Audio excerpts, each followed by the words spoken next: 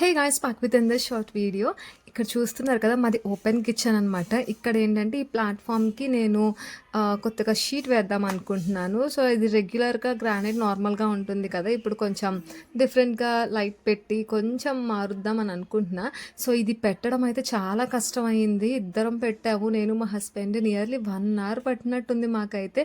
తీయడం పెట్టడం 2-3 సార్లు అట్లా, ఎందుకంటే ఫోల్డింగ్స్ అయిపోతున్నాయి. ఒక్కసారి ఒక ఎడ్జ్ వదిలేస్తే చాలు వెంటనే అతుక్కుపోతుంది అనమాట షీట్.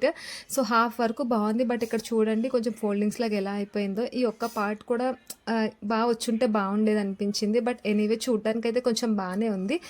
దీనికి హైలైట్ ఏంటంటే లైట్ అనమాట. నేను అమెజాన్ నుంచి తీసుకున్నట్టున్నాను.